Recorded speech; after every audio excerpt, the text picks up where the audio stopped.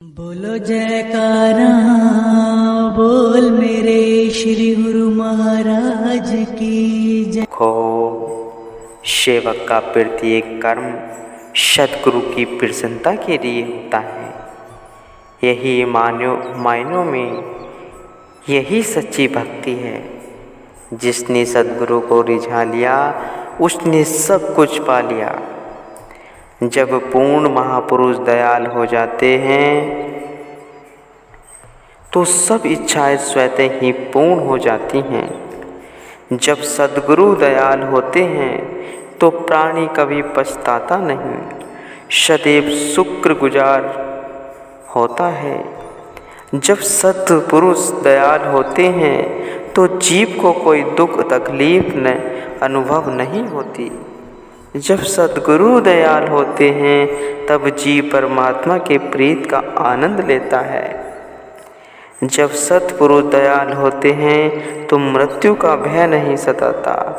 जब सत्पुरुष दयाल होते हैं तो जीव सदा सुख रूप रहता है। जब सत्पुरुष दयाल होते हैं तो जीव को 9 खजानों का मालिक बन जाता है।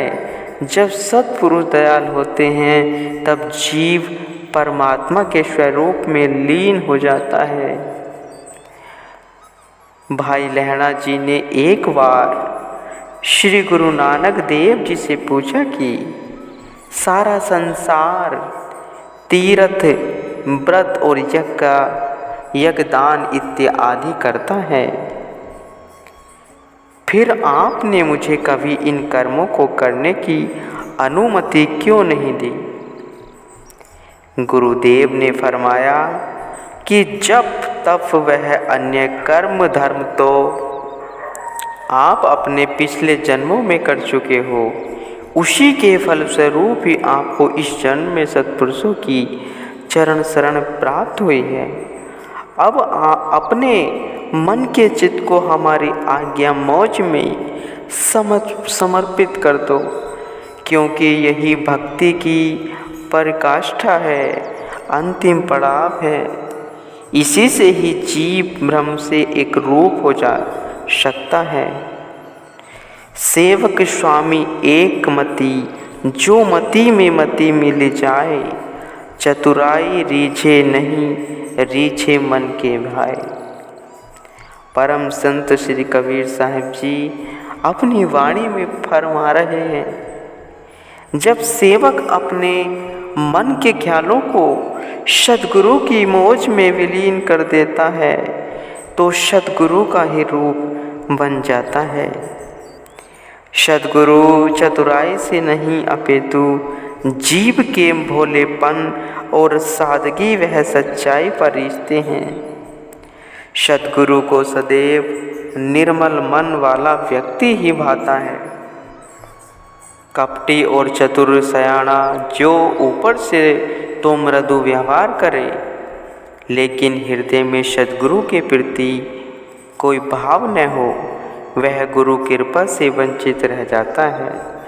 जिसे श्री सद्गुरुदेव महाराज जी की पावन प्रसन्नता पाने की इच्छा होती है, वह हर कर्म वैसे करता है जो सद्गुरु को अच्छा लगे।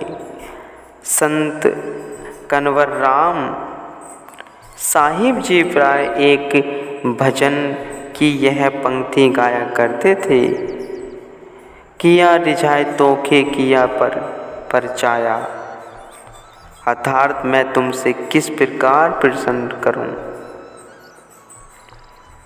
ताकि आपकी सेवा टहल करते हुए गुरु आज्ञा को शिरोधार्य करते हुए मैं सदैव आपकी कृपा का पात्र बनूं। एक बार की बात है कि भाई कन्वर राम साहिब जी स्नान के पश्चात अपने पैर पोंछ रहे थे। तभी अचानक ही उनके गुरुदेव सत रामदास जी का वहाँ से गुजर हुआ। उन्होंने भाई कन्वर साहिब जी को ऐसा करते हुए देखकर सहज स्वभाव ही अपने मुख से ये वचन किए, भाई कन्वर पैर क्या साथ जाने हैं जो इन्हें इतना बोझ रहे हो। यह सुनकर भाई कन्वर ने सिर झुका लिया और अपने अंतिम समय तक पैर साफ नहीं किए। एक बार उनके किसी प्रेमी ने विनय की, आपके पाँव बहुत मैले हो रहे हैं, आप आज्ञा दे तो मैं साफ कर दूं। भाई कन्वर जी ने कहा कि जो बात स्वामी जी को अच्छी न लगे सेवक को वह कदापि नहीं करनी चाहिए। जिसने श्री सद्गुरुदेव महाराज जी के वचनों को हृदय संगम कर लिया है वह ही उनकी प्रसन्नता का पात्र बनता है। भगवान को निष्कपट प्रेम ही सुहाता है। उन्हें चतुराई वह बुद्धि का बल नहीं रिझाया जा सकता। हजरत मूसा एक बार कहीं से गुजर रहे थे तो क्या देखते हैं कि एक गडरिया एक छोटे से मेमने के बच्चे के साथ बातें कर रहा था। बहुत ही भोलेपन वह प्रेम से कह रहा था कि परमात्मा ने तुम्हें कितना नरम खाल दी है, उस पर इतने सुंदर बाल लगाए हैं, इतनी सुंदर आंखें प्रदान कर उसमें ज्योति डाली है। इस प्रकार वह प्रेम विभोर होकर जब तन्मयता से प्रार्थना कर रहा था तभी हजरत मूसा ने उसे डांटते हुए कहा कि परमात्मा की शान में ऐसे प्रार्थना की जाती है क्या? गडरिया सहम सा गया। हजरत मूसा को एक पहाड़ पर जाने से प्रतिदिन परमात्मा के अलौकिक नूर का दर्शन होता था। जिस दिन उन्होंने गडरिया को उल्टा सीधा कहा उस दिन उन्हें उस नूर के दर्शन नहीं हुए और वह निराश मन से घर लौट आए। दूसरे दिन भी कुछ ऐसा ही घटित हुआ। उन्होंने रोकर अरदास की तो आकाशवाणी हुई, तुम लोगों को मुझसे मिलाने आए हो या दूर करने के लिए आए हो? वह गडरिया भोले भाव से मुझसे प्रेम भरी बातें कर रहा था।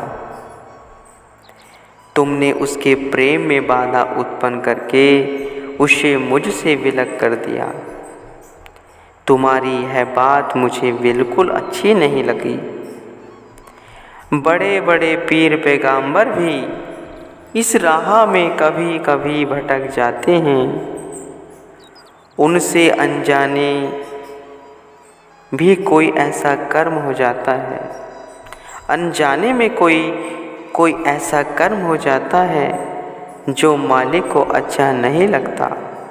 इसलिए सेवक प्रभु के चरणों में प्रार्थना करके सदैव सद्बुद्धि की ही मांग कर रहे हैं, जिससे वह प्रभु की प्रसन्नता का पात्र बन सके।